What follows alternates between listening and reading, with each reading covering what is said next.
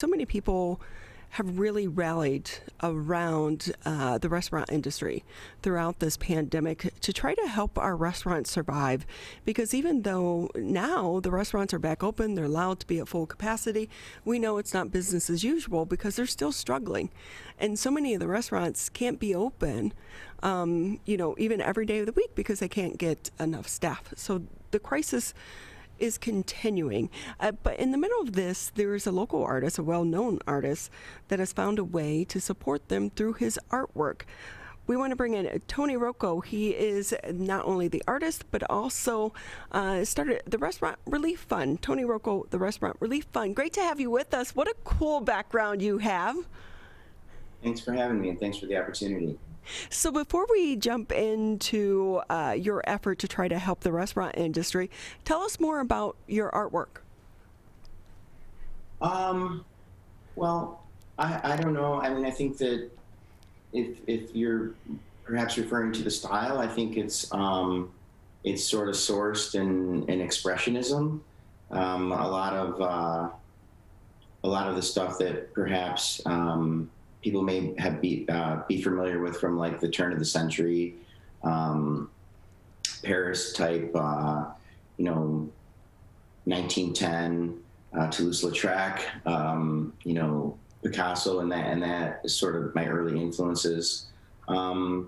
So hopefully that comes through. I mean, I was extremely influenced as a kid by silent films because my parents were immigrants, and that was something that we could all watch and enjoy together without me having to paraphrase the entire time. And so I think that what I've ended up doing in retrospect is taking a lot of these, classic images from, either old photography, vintage photography, or silent films, and kind of surging them with vivid colors and hopefully creating something that's familiar and but yet contemporary.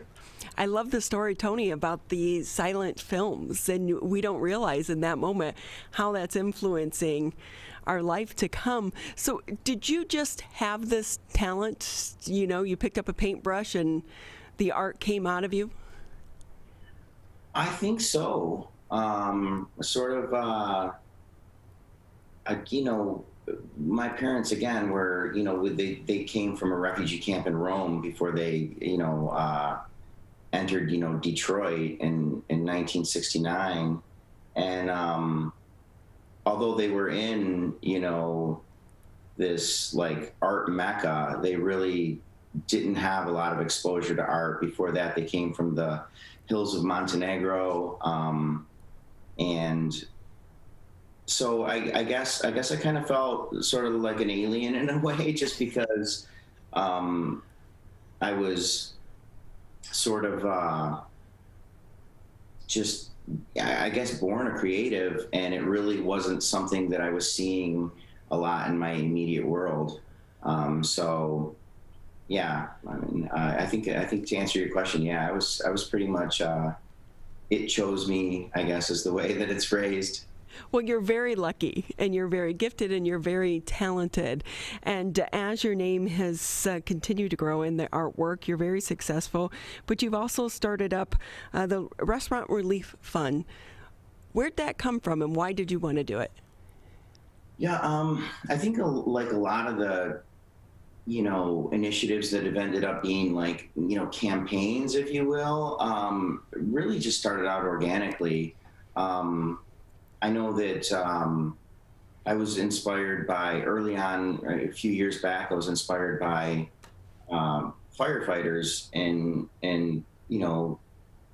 their efforts and just the reading about backstories and stuff like that. And I created this piece of a fireman. It was like a 6-foot tall piece that now has permanent residence in the Detroit Foundation Hotel, which, as you know, is an old adaptive reuse of the old fire headquarters in Detroit. And the next thing I knew, we were doing a campaign for the Firefighters Relief Fund. And again, it started out organically. It started out just being inspired by firefighters. And then I guess when the piece was completed, it was like, okay, now how can we use this to, you know, do something positive? I did a nurse piece during the pandemic, and I think it was the same way. I was just inspired by, you know, their courage, knowing so little about the pandemic, and just going in every day and kind of, you know, facing and you know, providing care for infected, you know, patients when they didn't know anything about the disease. And so I painted this piece of a nurse, and once it was completed, it was kind of very similar. We ended up partnering with Henry Ford Health Systems, and the proceeds to that went to, you know, buying N95 masks. And so that's very much the same as what happened with the restaurant relief industry, or the fund. You know, I was just inspired by the hard work and courage of these, you know, and devotion of these industry workers. And if you know any of them, you know, many of them are friends and loved ones in my life, whether they're proprietors or whether they're bartenders, servers. It's really a way of life for these guys, and their devotion and commitment to these jobs and careers is just unparalleled. They're some of the hardest hustlers in the workforce, and they live and breathe this stuff. So again, and not to be long-winded, but you know, I was inspired by that. I began painting, you know, some images of that to try and illustrate, you know, what I had mentioned earlier. And once we had gotten a few completed, it turned into the same thing. Okay, well, now how can we use these images to do something positive and provide some sort of relief for this industry that is, you know, so challenged right now. And again, we're talking with Tony Roko. He's an artist here locally, but also helping out so many of our restaurant workers with the Restaurant Relief Fund. And we should say, too, you know, even though the restaurants are back open, it's not business as usual. There is still a struggle out there for so many of the people in the restaurant industry, but we've also come to realize it's not the restaurant. We go to these places for the atmosphere and the social connection that we have to one another. And when they closed down, so a lot of people, you know, were somewhat depressed because they couldn't go to these, you know, restaurants or your local watering hole. It could be a, you know, a dive bar, or it could be a 5-star restaurant. There's a connection there. It's not just about the food or drink that you're being served. Yeah, I think we all came to realize how essential they were, and not just in a sense of, you know, providing, you know, food or nutrition. It's more of like this connectivity and gathering place for friends and family, like creating these memorable experiences. And these are the guys that provide that. And I think that we quickly learned that it was an important component to, you know, our social lives and just in connectivity. You know, the carryouts were great, and thank God that, you know, many of the restaurants could keep their doors and kitchen, or some of the restaurants could keep their doors and kitchens open and provide carryout, pivot, that sort of thing. But it was just, we quickly realized, you know, what we were missing, I guess. So to your point. So with that, Tony, how does this work? You painted the paintings, and people can purchase them. Where can they see them? Yeah, so you know, there's a piece associated with, you know, each restaurant right now in Detroit that's participating. We have Chartreuse, and I'm sure I'm going to forget some of them, so maybe, you know, I could provide you with a list later or whatever. But Chartreuse, She-Wolf, Pernod, Grey Ghost, the Apparatus Room, the Detroit Foundation Hotel is participating. The Detroit Club Hotel is participating. Carl's Kitchen inside the Siren Hotel. 2 James Detroit, and I'm sure there's a few that I'm missing, so I apologize to those guys, just because, well, and there's, we're partnering up with new participants, what seems to be daily. So the response has been amazing. You can go into one of your favorite restaurants, you see the piece on the wall, there's a QR code associated with that, and you can click on it. It takes you to our landing page where you can not only purchase the print of your choice. I think there's 10 up right now, and I'm creating a new one as we speak. So you can select the image that you most identify with.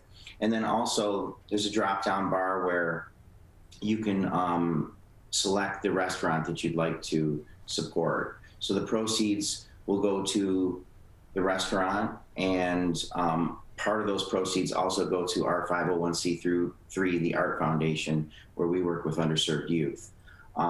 If you're not at a restaurant and you still would like to purchase one, and you're not there to click on the QR code, artofroko.com. That's ARTOFROKO.com. Will take you to a landing page where, again, you can select the image in the restaurant you'd like to support.